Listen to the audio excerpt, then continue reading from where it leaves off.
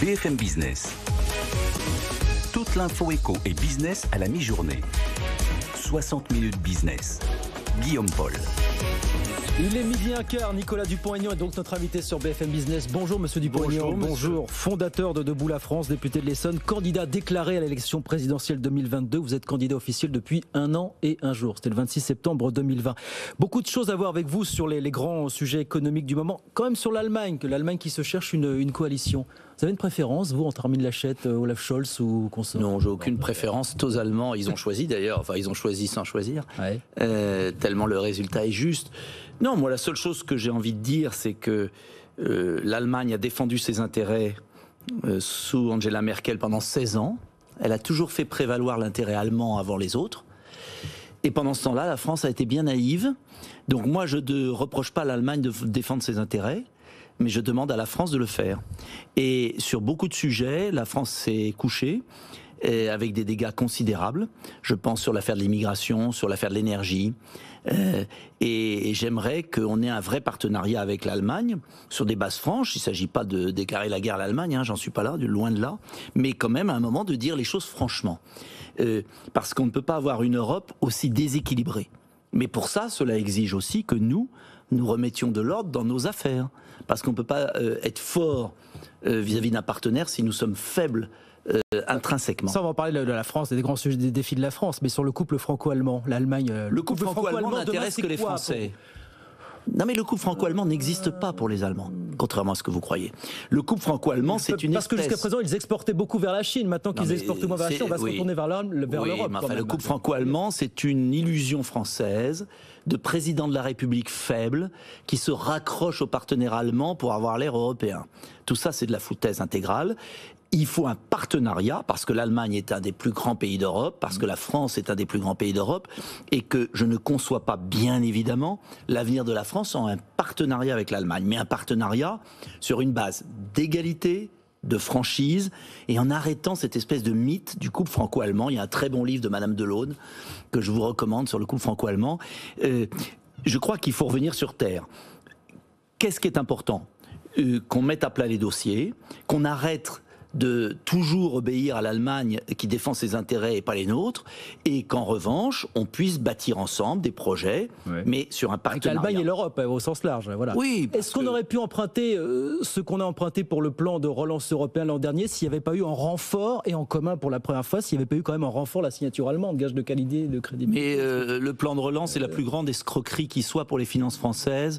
On va recevoir 40 milliards d'euros, on en paiera 67, puisque les recettes ne sont toujours pas fixées, communes, et donc pour l'instant c'est la grille de répartition des recettes au budget européen qui s'applique. L'Allemagne a très bien défendu ses intérêts lors des négociations budgétaires. Je vous rappelle qu'elle a un rabais et que c'est la France qui a cédé sur tout et qui va payer encore plus d'argent pour l'Union européenne. Donc tout ça est de la communication. Mais la réalité, c'est que ce plan de relance, nous aurions dû le faire tout seul et nous n'avions pas besoin de le faire au plan européen. Voilà. Un mot sur l'Europe et ensuite on passe sur les défis français. On parle de partenariat avec l'Europe. L'Europe au sens large, pour vous demain c'est quoi? Ce sont des coopérations renforcées, c'est plus d'intégration, c'est plus de prise de décision facile? Pour moi, c'est moins d'intégration au quotidien.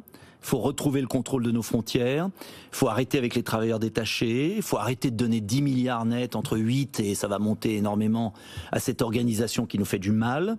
Il faut en revanche concentrer la coopération sur des projets environnementaux, le développement de l'Afrique, la transition énergétique, la révolution numérique. C'est-à-dire, moi je suis, et j'ai même présenté un traité, je suis pour la fin de l'Union européenne, mais c'est pas sortir, c'est renégocier l'Union européenne pour revenir à des compétences nationales, et d'ailleurs les Allemands n'y seraient pas hostiles, et en revanche, avoir de vraies coopérations à la carte, projet par projet, sur les défis du XXIe siècle, pour peser face à la Chine, aux États-Unis. La PAC, par exemple, l'agriculture, c'est un gros défi des prochaines décennies. La PAC, nous en sommes le premier bénéficiaire, quand même. Non. Ah si. Non. En Europe, on est les premiers bénéficiaires de la PAC. Ça veut rien dire, puisque nous donnons 10 milliards nets en plus. Donc la PAC, aujourd'hui, nous nuit. Puisque la PAC n'est plus la PAC. La PAC, c'était quoi? C'était un tarif extérieur douanier commun, c'était un protectionnisme intelligent, c'était des prix garantis, c'était magnifique. On a tout détruit. Aujourd'hui, moi, je pense qu'on est sur le marché mondial et qu'on tend à revenir à une politique nationale. Donc, la France, je vous ai entendu, c'est votre message, doit compter sur ses propres forces. Beaucoup de dossiers économiques à l'aube de cette campagne. Le plus prégnant, le plus chaud, le plus sulfureux, celui du pouvoir d'achat. Est-ce que l'État doit faire quelque chose pour assurer le pouvoir d'achat? Doit-il faire plus que ce qu'il a fait pour faire face à la flambée des prix des matières premières, de l'énergie notamment? Le pouvoir d'achat, c'est aussi une problématique plus vaste qui est celle de la récompense du travail en France. Le travail n'est pas récompensé suffisamment. La différence entre l'assistanat et le travail n'est pas récompensée. Le SMIC, j'ai vu qu'il avait été augmenté. Alors on parle toujours du SMIC brut. Non, on a augmenté les revenus au niveau du SMIC. Oui, mais le SMIC. On parle du SMIC brut. 15 500 et des poussières. Mais le SMIC net, il est très faible. Bien sûr. On ne peut pas vivre avec un SMIC net. Donc l'enjeu pour moi, c'est d'augmenter massivement les salaires, mais vous allez me dire comment on fait. Et je l'avais proposé en 2017, plus 10%. J'ai vu que Mme Pécresse avait repris la même idée, pas financée par les entreprises. Bien évidemment, nos entreprises ne pourraient pas assumer 10% d'augmentation des salaires, impossible. Mais par une baisse des cotisations salariales, la différence entre le brut et le net. Tous les Français savent que quand ils regardent leur fiche de paie, le chef d'entreprise, il voit le brut, le salarié, il voit le net. La différence entre le net et le brut a explosé. Ce sont des charges qui ne pèsent pas sur l'entreprise, qui pèsent sur le salarié. J'ai fait la proposition de dégager 25 milliards d'euros pour augmenter d'un 13e mois, en fait, tous les salariés. Ça ferait 8% exactement. J'avais fait 10% en 2017, j'ai revenu à 8% parce que 10% ça fait trop et il faut pouvoir trouver 25 milliards d'économies sur les cotisations salariales. Alors comment on fait? Je sors un livre le 7 octobre là-dessus, où va le pognon? Mais j'ai beaucoup travaillé, parce que c'est la clé de tout. Si on dit on va augmenter les salaires et que c'est les entreprises qui payent, elles ne pourront pas. Ça fera du chômage en plus. Donc il faut que ce soit indolore pour les entreprises. Donc ça veut dire que c'est l'État qui doit faire le ménage dans ses comptes. Et là, c'est la question des économies sur le scandale que je ne cesse de détailler des fausses cartes vitales, de la gestion de la protection sociale. Alors vos chiffres à vous, c'est quoi sur les fausses cartes vitales? Moi, dans mon livre, vous verrez, j'ai analysé tous les rapports parlementaires. Quand on a parlé l'autre soir, on a fait du fameux débat sur lequel on va pas s'éterniser. Charles Prats, qui parle de 50 milliards, moi je ne vais pas si loin. Moi je dis qu'on peut récupérer 20 milliards. Je prends le chiffre le plus faible. 20 milliards, il y a des millions de fausses cartes vitales. Je propose une carte vitale biométrique. Je propose le renouvellement de toutes les cartes vitales en plusieurs années, parce que ça fait des millions, et remise par les sous-préfectures, en personnalisé. Il faut tout revoir, car nous avons des fuites d'eau, si je puis dire, colossales. La clé pour moi, et c'est le programme que je proposerai à la présidentielle, c'est d'être sérieux, c'est-à-dire de dire on peut faire 100 milliards d'économies, et ces 100 milliards d'économies, on va les redéployer en faveur du pouvoir d'achat. C'est mon 13e mois pour tous les Français, jusqu'à 4 fois le SMIC, 3 à 4 fois le SMIC, il faut ajuster en fonction du coût. C'est ensuite les PME, baisser l'impôt sur les sociétés pour les bénéfices réinvestis, c'est-à-dire un mécanisme d'amortissement accéléré pour l'investissement des PME en France, uniquement sur le territoire français. Et troisièmement, la reconstruction des services publics, l'hôpital et l'école de la République, pour préparer l'avenir. Pour moi, si vous voulez, la clé, c'est les recettes. Les dépenses, on sait faire. Je vois que le président de la République distribue l'argent gratuitement. Le problème, c'est pas ça. C'est où est-ce qu'on prend l'argent? Et je propose, et tout mon livre, c'est l'analyse des économies possibles. Les recettes, c'est peut-être aussi aller chercher des recettes en stimulant l'activité en France. C'est peut-être ça la manière la plus triviale et la plus bien parlante, sûr, finalement, pour augmenter. Bien sûr, c'est peut-être ça avant tout, plutôt que d'aller faire la chasse aux cartes, qui est peut-être un sujet pas seulement. Les deux vont de pair. Il est clair, et j'ai toujours été en faveur d'une relance par l'investissement qui produise des recettes. Mais on ne peut pas continuer, d'un côté, à dire aux Français, serrez-vous la ceinture, vous n'avez pas d'augmentation de salaire, vous ne pouvez pas vivre avec le salaire, autant rester chez soi avec le chômage et le RSA. Et de l'autre côté, dire, ça va démarrer. Non, il faut récompenser ceux qui travaillent. Il faut que le salarié gagne plus. Tous les chefs d'entreprise vous le disent, le poids des charges fait que, entre le coût pour l'entreprise et ce que reçoit le Français dans son porte-monnaie, il y a un monde. Et ceux qui bossent ne sont pas récompensés. Ça, est-ce que vous ne dites pas que ça va obliger l'État, c'est une réforme non faite, non aboutie depuis des années, à revoir le périmètre de son action? C'est pas le périmètre, c'est la gestion.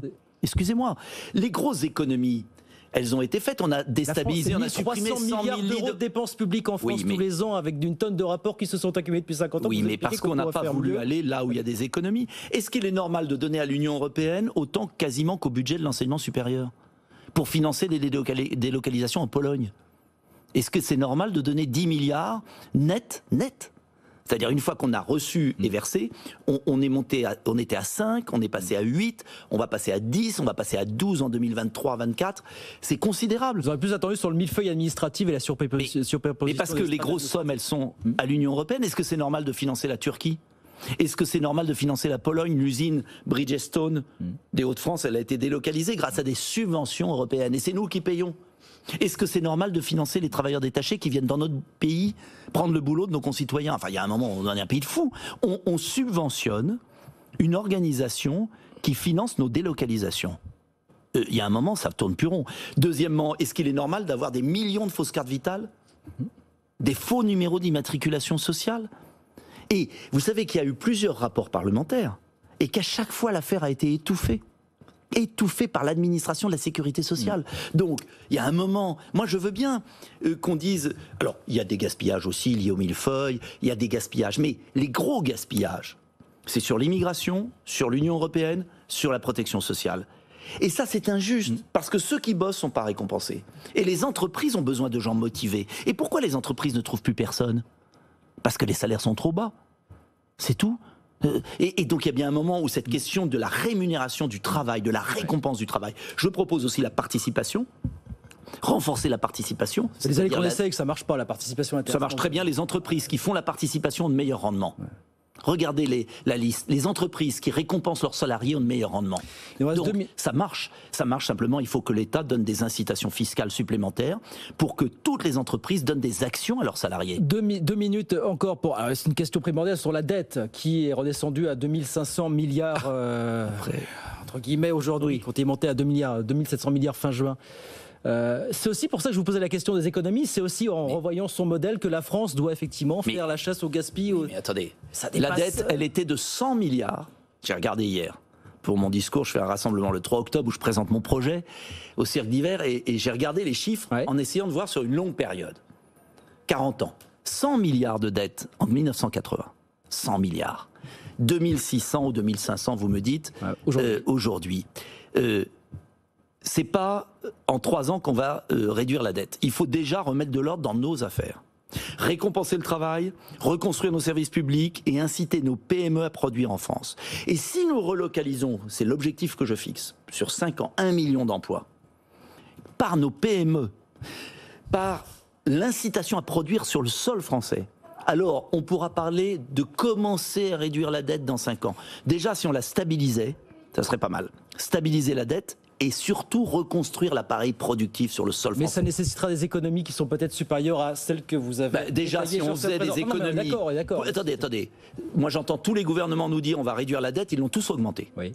Donc si on pouvait dire on stabilise la dette et on utilise les économies pour aider les PME à investir en France, tant qu'on ne relocalisera, parce que les délocalisations continuent. Et vous savez où elles s'accélèrent en ce moment, suite à l'affaire Covid? Par le télétravail dans les services. On est en train de délocaliser des centres d'appel, c'est dramatique. Donc l'enjeu, c'est de relocaliser. Et pour ça, je propose ma mesure phare, qui est la division par 2 de l'impôt sur les sociétés, sur les bénéfices réinvestis. Il faut que le chef d'entreprise, il ait un bonus s'il investit en France. Pas s'il investit en Slovaquie ou s'il donne les dividendes à ses actionnaires. Il faut absolument réinvestir sur le sol français. Il n'y a pas d'autre issue. Mais pour ça, il faut un sacré bonus fiscal. Sinon, les gens ne le feront pas. J'entends tous les discours là sur les relocalisations du président de la République. Vous avez vu les fabriques de masques? Vous savez qu'il y a des gens qui ont eu le courage de fabriquer des masques en France. Et qu'on a l'État après. Et vous savez où l'État achète ses masques? Au Vietnam. Donc il y a un moment... Si on ne comprend pas qu'il faut d'abord créer de la richesse sur le sol français, mais pour ça, il ne faut pas faire des baisses de charges uniformes. Moi, je veux que les baisses de charges soient conditionnées à l'investissement des usines en France. pas d'investissement en France, pas de baisse de charges. Sinon, on n'en sortira jamais. On aurait pu en parler encore pendant de longues minutes. Et c'est l'affaire des retraites derrière. Mais le temps est imparti, on n'a pas le temps de parler des retraites. Mais c'est l'affaire, ça sert à rien, juste sur les retraites, d'économiser 5 milliards sur les pauvres retraités qui ont déjà été sacrifiés, si on laisse des millions de fausses cartes vitales à 20 milliards d'euros. Hein. Allez, voilà, on en reparlera, on a encore de longs mois de campagne pour en parler. Merci beaucoup, merci à vous. Merci beaucoup. Le fondateur de Debout la France, candidat à l'élection présidentielle 2022 avec nous sur BFM Business. Merci infiniment.